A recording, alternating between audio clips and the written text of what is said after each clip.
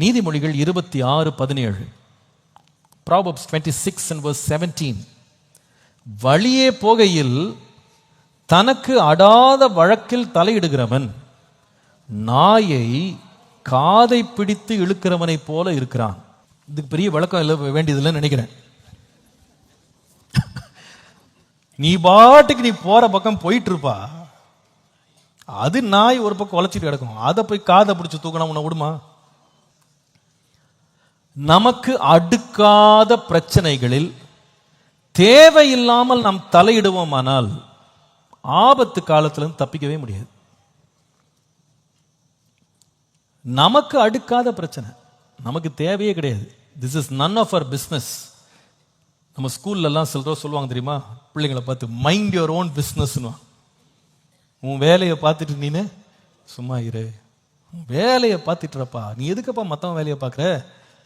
அப்போ நம்ம வேலையை நம்ம பார்த்துக்கிட்டு இருக்கும்போது பெரும்பாலான ஆபத்தான சூழ்நிலைகளுக்கு நம்ம தப்பித்து செல்லுவோம் என்பதை மறந்துவிடக்கூடாது. 131 சங்கீதம் 1 சங்கீதக்காரன் சொல்லுகிறதை பாருங்க. கர்த்தாவே, என் இருதயம் இருமாப்புள்ளது அல்லது பெருமை உள்ளதல்ல, என் கண்கள் மேட்டிமை உள்ளதில்ல.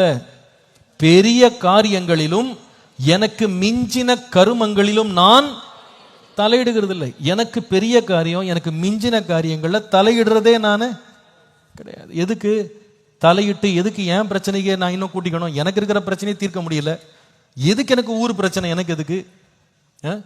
என் வாழ்க்கையை நான் மற்றவர்கள் பிரச்சனைகளை சுமக்கும்படி எனக்கு உத்தரவாதமே கிடையாது.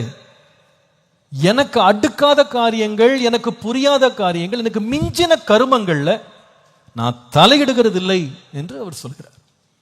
யூதாவில் வாசிக்கும் போது, யூதா நிருபம் ஒரு அதிகாரம் தான் இருக்கு, 10ஆம் வசனத்தை பாருங்க. இவர்கள் தங்களுக்கு தெரியாதவைகளை தூஷிக்கிறார்கள். தங்களுக்கு தெரியாத ஆனா தூஷிப்பாங்களா? ஆனா புத்தி இல்லாத மிருகங்களைப் போல சுபாவப்படி தங்களுக்கு தெரிந்திருக்கிறவைகளாலே தங்களை கெடுத்துக் கொள்ளுகிறார்கள். 11ஆம் வசனம், இவர்களுக்கு ஐயோ, இவர்கள் காயினுடைய வழியில் நடந்து பீலேயாம் கூலிக்காக செய்த வஞ்சகத்தில் விரைந்தோடி கோரா எதிர்த்து பேசின பாவத்திற்குள்ளாகி கெட்டு போனார்கள். எதுக்கு எங்க ஆரம்பிச்சதுன்னு கேட்டா, ஒண்ணுமே தெரியாது என்ன பண்றாங்களா? தூஷிக்கிறது, அதை பற்றி தவறாக பேசுவது. நம்ம வாழ்க்கையில கொஞ்சம் தூக்கம் அதிகரிக்கிறதுக்கு மற்றவங்க தொல்லையை பற்றி பேசாம இருந்தாலே நல்லது. நீங்க நிறைய பேர் வீட்டில் இருக்க டிஸ்கஷன் என்னன்னு பாத்தீங்கன்னா, இவர்களுக்கு சம்பந்தமே இல்லாதவர்களை பற்றி இவர்கள் அவ்வளவு நேரம் ஆழ்ந்து தியானித்து வெளிப்பாடுகளோடு பேசிக்கொண்டே இருக்கிறார்கள். நமக்கு தேவையில்லைப்பா, அது யாருன்னே நமக்கு தெரியாது. சில பேர் இவங்க நேர்லயே பார்த்தது இல்லை, பார்க்க போறதும் இல்லை, இவங்க பார்க்கணும்னு விரும்பினா கூட பார்க்க விட மாட்டாங்க. ஆனா இவர்கள் எட்டி பார்க்காமல் இருக்க மாட்டார்கள். எல்லாம் தெரிந்ததை போல, எல்லாம் அறிந்ததை போல பேசி பேசி பேசியே தங்கள் வாழ்க்கையில மிகுந்த கேடுகளை கொண்டு வந்துடுவாங்க. பைபிள் ஒரு சம்பவம் இதுக்குன்னே ஒரு உதாரணம் ஒன்று இருக்கு. அது என்ன தெரியும்ல? நீங்கள் எண்ணாகமத்தின் புஸ்தகம் 12ஆம் அதிகாரத்தின் முதல் 3 வசனங்களை படிப்பீர்களானால் வேதம் சொல்லுகிறது, எத்தியோப்பியா தேசத்து ஸ்திரீயை மோசே விவாகம் பண்ணி இருந்தபடியினால் மிரியாமும் ஆரோனும் அவன் விவாகம் பண்ணின எத்தியோப்பியா தேசத்து ஸ்திரீ நிமித்தம் அவனுக்கு விரோதமாய் பேசினார்கள். இப்போ இதுக்கு ஒரு பேக்ரவுண்ட் நம்ம பார்க்கலாம். எத்தியோப்பியா தேசத்தின் பெண், அது பொதுவாக கருப்பின மக்கள்னு வச்சுக்கலாமே. இந்த பெண்ணை எப்படி மோசே திருமணம் செய்தார் அப்படின்றது சில பேருக்கு ஒரு கேள்வி. அப்போ வேத வல்லுநர்களை நம்ம பார்க்கும்போது 2 காரணங்களை சொல்றாங்க. ஒன்று, மோசே அவர் எகிப்திலிருந்து கிளம்பும் போது 80 வயசு அவருக்கு. இது அவருடைய வாழ்க்கையின் நடு மையத்தில் நடக்குது, அந்த வனாந்திர பாதையில். அப்போ ஒருவேளை வயதான காரணத்தினால தம் மனைவி மரித்து போயிருக்கலாம். மரித்து போனதுனால இவர் என்ன செய்திருக்கலாம்னா ஒரு மறுமணம் செய்திருக்க வாய்ப்பு இருக்கிறது என்று சிலர் கருதுகிறாங்க. அந்த மறுமணம் செய்தது யாரா இருந்திருக்கலாம் அப்படின்னா இந்த எத்தியோப்பிய ஸ்திரீ அல்லது கருப்பின பெண். இந்த கருப்பினர்களை அந்த காலத்தில் அடிமைகளாகவே வைத்திருந்தாங்க. அப்போ இவர் ஒரு அடிமையாக இருந்த ஒரு பெண்ணை, அல்லது இவங்க சமுதாய அந்தஸ்தில் ரொம்ப தாழ்வான ஒரு பெண்ணை கல்யாணம் பண்ணிட்டார், இவங்க பிரச்சனை பண்ணாங்கன்னு சொல்லி நம்ம கணித்து கொள்ளலாம். இன்னொரு கணிப்பு வேத வல்லுநர்கள் சொல்றாங்க, இந்த எத்ரோ என்பவனே ஒரு எத்தியோப்பியனா இருந்திருக்க வாய்ப்பு இருக்கிறது. அவர் எத்தியோப்பியனாக இருந்து தன் பிள்ளைகள் எல்லாம் எத்தியோப்பிய பிள்ளைகளாக கருப்பின பிள்ளைகளாக இருந்து இவர் மீதியான் தேசத்துல குடியேறி இருக்கலாம், அந்த இடத்துல மோசே போய் தங்கி அந்த பெண்ணை விவாகம் செய்திருக்கலாம்னு சொல்லி ஒரு கருத்து இருக்கு. சரி, எப்படியோ கட்டின பொண்ணு யாரு? அதான் இப்ப நமக்கு தேவை. நீங்க ரொம்ப டீப் அதுக்குள்ள போயிடாதீங்க. சரி, உங்களுக்கு வேதறிவு வரணும்னே என்ன பூசா எத்தியோப்பிய பெண் வருதுன்னு அதுக்காக ஒரு விளக்கம் கொடுத்தேன். சரி, இப்போ இந்த பெண் கருப்பின பெண். சரி, ஆனா மோசையை பார்ப்பீங்களானா ரொம்ப சௌந்தரியம் உள்ளவன், ரொம்ப அழகு உள்ளவன் சொல்லி அவன் பிறக்கும் போதே அவள் அழகா இருந்தான்னு சொல்லியிருக்கு. ஆனா பொண்ணு எப்படி இருக்கு? கண்ணங்கரேன்னு இருக்கு, கருப்பா இருக்கு. அவன் ஒரு பிளாக் உமன். இவங்க எதிர்பார்த்த அழகு அந்த பெண்ட இல்லை. ஆனா மோசே ஏதாவது கம்ப்ளைண்ட் பண்ணாரா? தெரியாதனமா கருப்பா ஒரு பொண்ணை கல்யாணம் பண்ணிட்டேன்னு சொன்னாரா? சொல்லல. அவர் பாட்டு கல்யாணம் பண்ணிக்கிட்டு அவர் பாட்டுக்கு வாழ்ந்துட்டு இருக்காரு. இந்த நாத்த நாரும் இந்த அண்ணனும் உள்ள புகுந்துக்கிட்டு இவன் கட்டின மனைவிக்கு இவங்களுக்கு பிடிக்கலையாம். ஏன் நீயா வாழ போற அவளோட? அவன் வாழ்ந்துட்டு போறான், அவனுக்கு பிடிச்சிருக்கு, அவன் கல்யாணம் பண்ணா, அவன் குடும்பம் நடத்திட்டு இருக்கான். இவங்களுக்கு பொறுக்கல, உள்ள போய் அவனுக்கு விரோதமா பேசி என்ன பேசுனது பாருங்க. அந்த பொண்ணுட்டு எதிர்க்க முடியல பொழுது போனா என்ன பண்ணுவாளோ தெரியல. ஆனா அவள்கிட்ட போய் மோதாம எப்படி மோதிருக்காங்க கேட்டா, கர்த்தர் உன்னோடு மட்டும் தான் பேசுவாரா? எங்களோடும் கர்த்தர் பேசுவார். இன்னைக்கு நிறைய வீட்டில் பிரச்சனை என்னங்க? உங்க குடும்பத்தை நீங்க பார்த்துட்டு போயிட்டீங்கன்னா பிரச்சனையே கிடையாது. இவங்க குடும்பத்தை பார்க்கறதுக்கு இவங்களுக்கு நேரம் கிடையாது. ஆனா இவங்க என்ன பண்றது? அண்ணன் குடும்பம், அக்கா குடும்பம், தங்கச்சி குடும்பம், இந்த நிறைய நார்கள் வீட்டில் வீட்டே நார பண்ணுது. உண்மைங்க. மாம நாறு, நாத்த நாறு எல்லாம் சேர்ந்தே வீட்டே நார பண்ணிடுறாங்க. அவங்க வேலையை பார்த்துட்டு போனா எதுக்கு நார போகுது? மோசே அவர் பாட்டுக்கு வாழ்ந்துக்கிட்டு அவர் மனைவியோட சந்தோஷமா இருக்காரு. இவங்க உள்ள பூந்துக்கிட்டு அவள் கட்டின மனைவி நிமித்தம் இவங்களுக்கு பொறுக்கலையாம். கர்த்தர் கேட்டுக்கிட்டே இருந்தார். என்ன செய்தார் தெரியுமா? என்ன செய்தார் பாருங்க. கருப்பா இருக்கிற பொண்ணுக்காக இவங்க சண்டை போட போனாங்க. ஆண்டவர் என்ன பண்ணி விட்டாரு? உஷ்ரம் கொடுத்தாரு. நீ வெள்ளையாரு, உனக்கு வெள்ளை தானே பிடிக்கு. தாலியிலேருந்து கால் வரைக்கும் வெள்ளையாக்கி விட்டார். ஃபுல் ஒயிட் பெயிண்ட் தான், டாப்ல பாட்டம். அலறான், ஆண்டவரே நானும் கருப்பா இருக்கேன். இல்லை, நீ வெள்ளையா தான் இருக்கும், உனக்கு வெள்ளை தானப்பா பிடிக்கும், உனக்கு நீ வெள்ளையாவே இரு. எத்தியோப்பியன் தோலை மாற்ற முடியாது, உன் தோலை மாத்துறேன். இந்த பிரச்சனை தேவையா?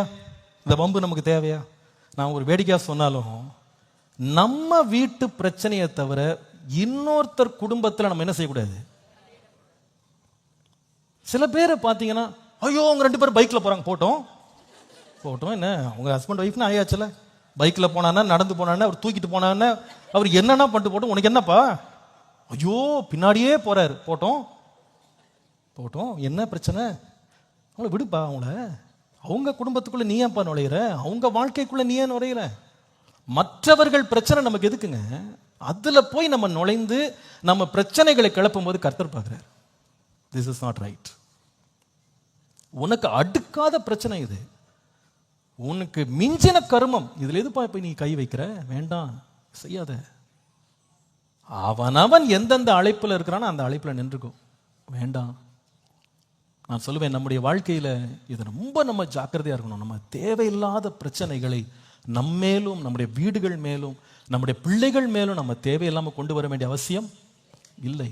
என்னை பொறுத்த வரைக்கும் நம்ம வீடுகளில் மற்ற குடும்பங்களை பற்றி நம்ம பேசாமல் இருக்கிறதே நல்லது. வேண்டாங்க, வேண்டாம். அவங்க குடும்பம். ஒருவேளை ஒரு பிரச்சனையை நீங்கள் அந்த குடும்பத்தில் பார்த்துட்டீங்க அப்படின்னா, the best way to answer and respond என்னன்னு கேட்டால், நம்ம ஆலோசனை கேட்பாங்கன்னா கொடுக்கலாம், கேட்க மாட்டாங்கன்னு நமக்கே தெரியும், நம்மளை சட்டை போட மாட்டாங்கன்னு தெரியும்.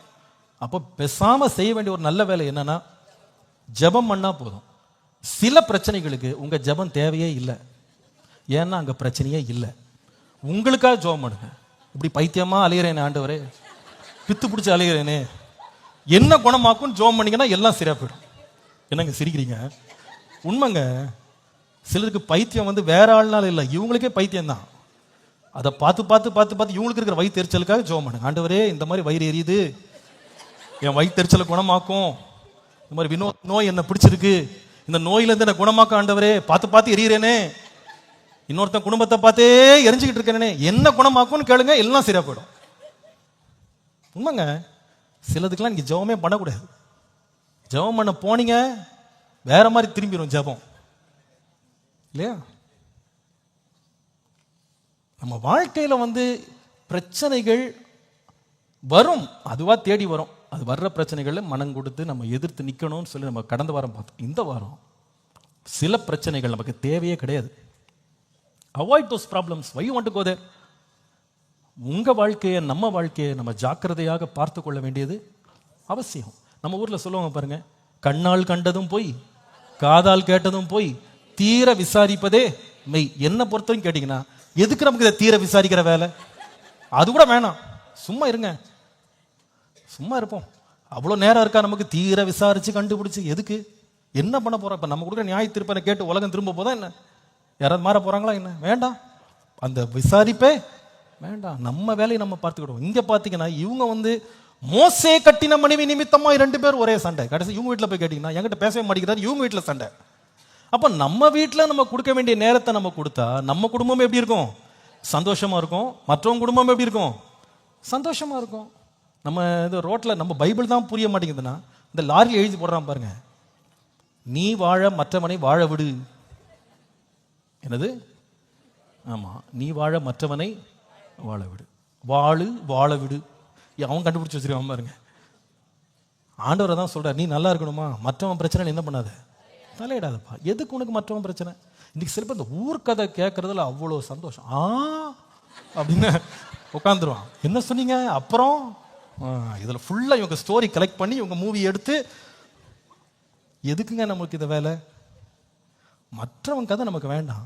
நம்ம வாழ்க்கையை நம்ம பார்த்துட்டு போயிடலாம். நம்ம வாழ்க்கை சுகமாகவும் ஆசீர்வாதமாகவும் இருக்கும். அல்லேலூயா.